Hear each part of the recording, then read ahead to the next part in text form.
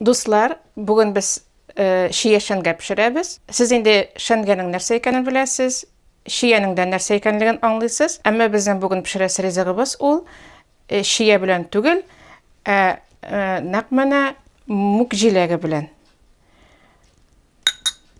Бу камыр ризыгы Себер татарларында туй ризыгы буларак иң затлы ризыкларының берсе булып тора.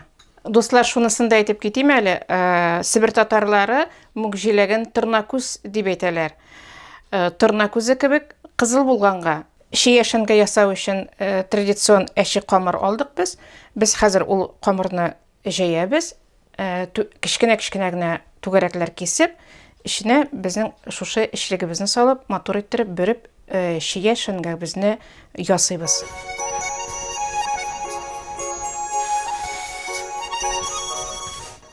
Туй ризыгы буларак инде шия шәнгәне бик вак итеп пешерәләр, һәм менә без шушы җайланманы кулланып, аны шушылай вак кына итеп кискәлибез.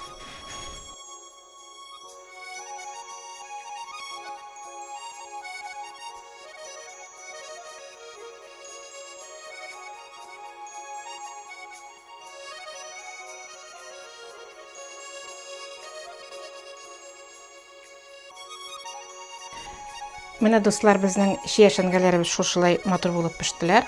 Без аларны 180 градуслы мичтә 25 минут пешереп алдык.